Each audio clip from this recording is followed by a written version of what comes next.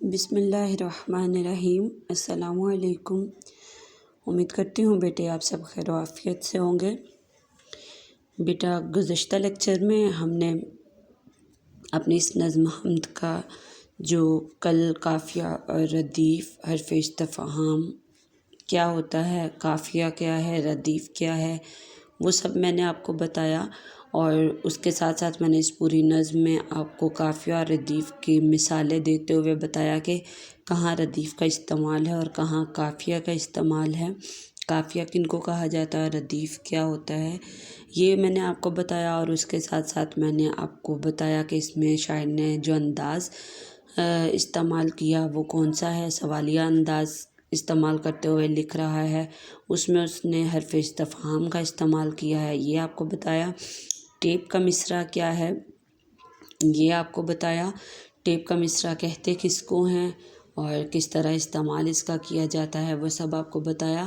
اور اس کے ساتھ ساتھ میں نے آپ کو اس کے پہلے بند کی جو تشریح کروائی تھی، اور پہلے بند کی تشریح کرواتے ہوئے میں نے آپ کو اس کے مشکل الفاظ کے معنی پھر سے بتائے، اور میں نے آپ کو پہلے ہی بند کی تشریح لکھنے کے لیے دی تھی۔ امید کرتی ہوں بیٹے آپ نے یہ جو سب چیزیں میں نے آپ کو کل بتائی تھی، قافیہ، ردیف، ٹیپ کا مصرع، سوالیہ انداز کیا ہے، حرف استفہام کون سے ہوتے ہیں، یہ سب آپ نے دہرائی ہوں گی چیزیں، اور اس کے ساتھ ساتھ آپ کو جو لکھنے کے لیے بند کی تشریح دی گئی تھی وہ آپ نے لازمی لکھی ہوگی۔ اب چلتے ہیں اپنے اگلا، آج ہم نے شروع کرنا ہے وہ آج ہم کریں گے اس کے بند نمبر 2 اور 3 کی تشریح۔ بند نمبر 2 اور 3 کی تشریح کرتے ہوئے بھی میں اس میں بتاؤں گی کہاں قافیہ کا استعمال ہوا ہے، کہاں ردیف کا، اور اس کے علاوہ اس میں گرامر کی کون سی چیز آ رہی ہے وہ بتاؤں گی، اور مشکل الفاظ کے معنی پھر سے بتاتے ہوئے اس کی تشریح آپ کو کرواؤں گی، ٹھیک ہے۔ تو ہمارا دوسرا مصرع دیکھتے ہیں کیا ہے۔ یہ گلشن میں پھولوں کی رنگین کتاریں، بکھیری ہیں کس نے چمن میں بہاریں، ہمارے خدا نے ہمارے خدا نے۔ اس میں گلشن کے معنی باغ، رنگین ہوتا ہے رنگدار یا رنگ برنگے، کتاریں بکھیری بکھری ہوئی پھیلی ہوئی، چمن بھی باغ کو کہتے ہیں، بہاریں بہاریں ہوتا ہے رونقیں۔ ہمارے خدا نے یہ وہی مصرع ہے جو ٹیپ کا مصرع اس میں استعمال کیا جا رہا ہے، ٹھیک ہے۔ اچھا، اس میں ایک تو چیز یہ آپ کو ذہن میں رکھیں کہ اس کے پہلے مصرعے میں وہ سوالیہ علامت کا استعمال نہیں کر رہا اس میں، کیونکہ اس نے سوال نہیں اٹھایا، اس میں وہ صرف بتا رہا ہے یہ گلشن میں پھولوں کی رنگین کتاریں۔ دوسرے مصرعے میں وہ سوال اٹھا رہا ہے کہ یہ چمن میں جتنی بھی بہاریں ہیں، جو بھی رونقیں نظر آ رہی ہیں، وہ کس نے پھیلائی ہوئی ہیں۔ تو یہاں پر وہ حرف استفہام کس نے کا استعمال کیا ہے اس نے مصرعے میں، اور علامت سوالیہ آخر میں اس نے لگائی ہے، اور پھر وہ اسی کا جواب خود دے رہا ہے تیسرے مصرعے میں، ہمارے خدا نے ہمارے خدا نے۔ ایک تو اس میں اس نے سوالیہ انداز دوسرے مصرعے میں استعمال کرتے ہوئے سوالیہ علامت کا استعمال کیا، اور یہاں پر دیکھیں بیٹے ایک چیز، اب جو گرامر کی چیز یہاں پر آئی ہے وہ آپ کو بتاؤں گی، رنگین کتاریں۔ اب یہ جو کتاریں ہم کس کو کہتے ہیں، جو ہم ایک لائن بناتے ہیں اس کو ہم کہتے ہیں کتار، ٹھیک ہے۔ اب کتار ہوتا ہے آگے پیچھے ایک ترتیب سے چلنا۔ اب یہ جو کتاریں ہیں اس سے پہلے اس نے ایک لفظ کا استعمال کیا ہے رنگین، ان دو الفاظ کو ملاتے ہوئے اس نے ایک لفظ بنایا ہے، ایک بامعنی اس نے لفظ بنایا ہے، جس کا مطلب ہمیں سمجھ آ رہا ہے کہ رنگ دار کتاریں، رنگین کتاریں یعنی رنگ دار کتاریں۔ تو یہ جب دو الفاظ کو ملا کر ایک لفظ بنایا جاتا ہے تو وہ ہوتا ہے مرکب۔ مرکب ہوتا ہے دو الفاظ کو جوڑ کر ہم نے بامعنی ایک نیا لفظ بنایا ہے، اس کو کہا جاتا ہے مرکب، دو الفاظ کے مجموعے کو کہتے ہیں مرکب۔ اب یہ دو الفاظ کو جمع کر کے اکٹھا کر کے ہم نے ایک لفظ بنایا ہے رنگین کتاریں۔ اچھا، یہ تو ہمیں پتہ چل گیا کہ یہ ایک مرکب ہے، ٹھیک ہے، دو الفاظ کا مجموعہ ہے، لیکن ایک چیز اس میں یہ یاد رکھیں کہ یہ مرکب ہے، یہ جو مکمل ہے رنگین کتاریں کیا ہے، یہ دو الفاظ کا مجموعہ ہے یعنی ایک مرکب ہے۔ اب اس میں دیکھیں کتاریں تو ہمیں پتہ ہے کس کو کہا جاتا ہے، لیکن کتاریں سے پہلے اس نے اس کی ایک خوبی، اس کی ایک صفت بیان کی ہے کہ وہ کتاریں کس طرح کی ہیں، یعنی وہ رنگ دار کتاریں ہیں، یعنی اس میں وہ بتا رہا ہے کہ رنگ برنگے ہیں پھول، ٹھیک ہے، رنگ برنگی کتاریں ہیں۔ تو یہ جو رنگین لفظ استعمال ہوا ہے اس کو کہا جاتا ہے مرکب توصیفی۔ وہ یہاں پہ مرکب توصیفی یعنی صفت، اس مرکب میں یہ جو رنگین لفظ ہے یہ کتارے کی صفت بیان کی گئی ہے کہ وہ جو کتارے ہیں وہ رنگدار ہیں، تو اس کو ہم یہاں پر کہیں گے مرکب توصیفی، یعنی وہ لفظ جو اس اسم کی ہمیں صفت بتا رہا ہے کہ وہ رنگدار ہیں، ٹھیک ہے۔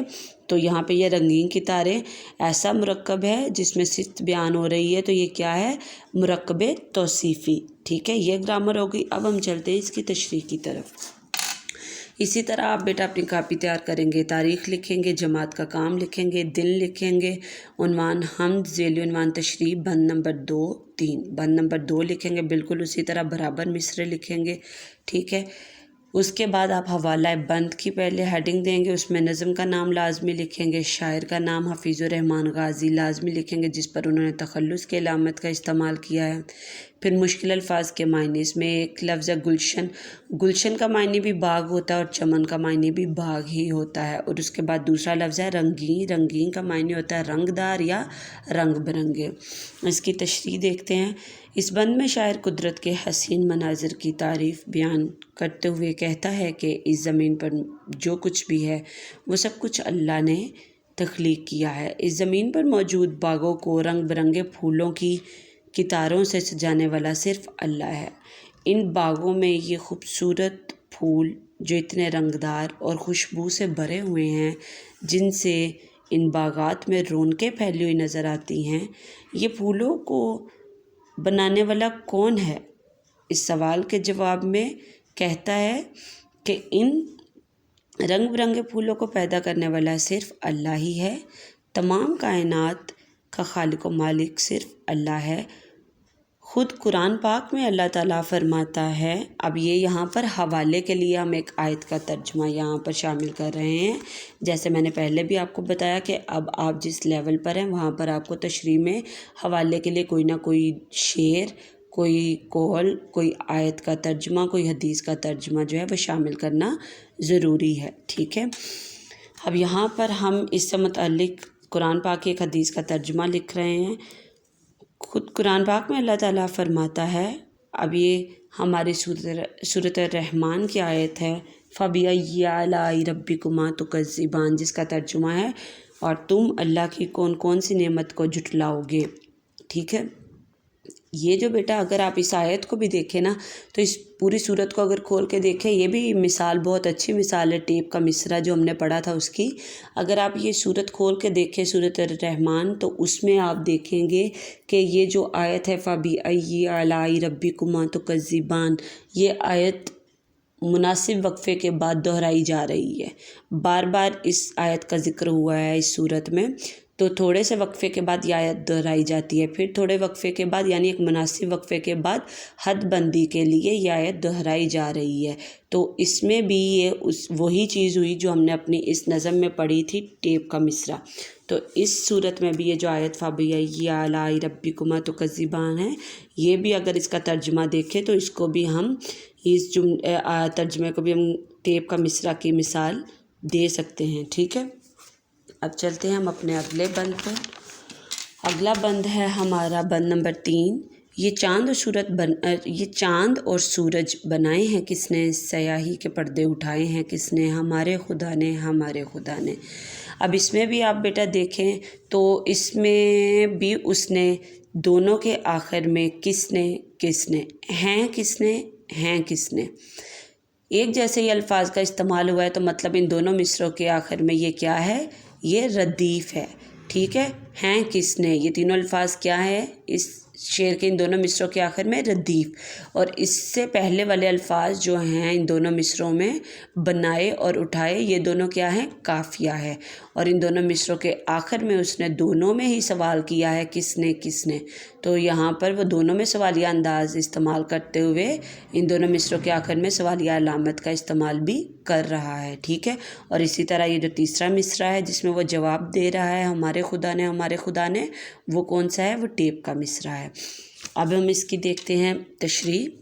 سب سے پہلے حوالہ بند کا حوالہ دیں گے جس میں نظم کا نام لکھیں گے حمد، شاعر کا نام حفیظ الرحمن غازی۔ مشکل الفاظ کے معنی، اس میں مشکل الفاظ کون سے؟ سیاہی، سیاہی کا مطلب ہوتا ہے تاریکی یا اندھیرا۔ پردے، پردے کا لفظ یہاں پر استعمال ہوا ہے نقاب، اس کا معنی ہوتا ہے نقاب۔ اس کی تشریح دیکھتے ہیں۔ اس بند میں شاعر اللہ تعالیٰ کی قدرت کو بیان کرتے ہوئے سوالیہ انداز میں کہتا ہے کہ رات کو آسمان پر چمکتا ہوا یہ چاند جس کی روشنی ہر طرف پھیلی ہوئی نظر آتی ہے، اور دن کے وقت یہ سورج جو ہمیں روشنی دیتا ہے، یہ چاند کی پھیلی ہوئی چاندنی اور سورج کی روشنی کو پیدا کرنے والا کون ہے؟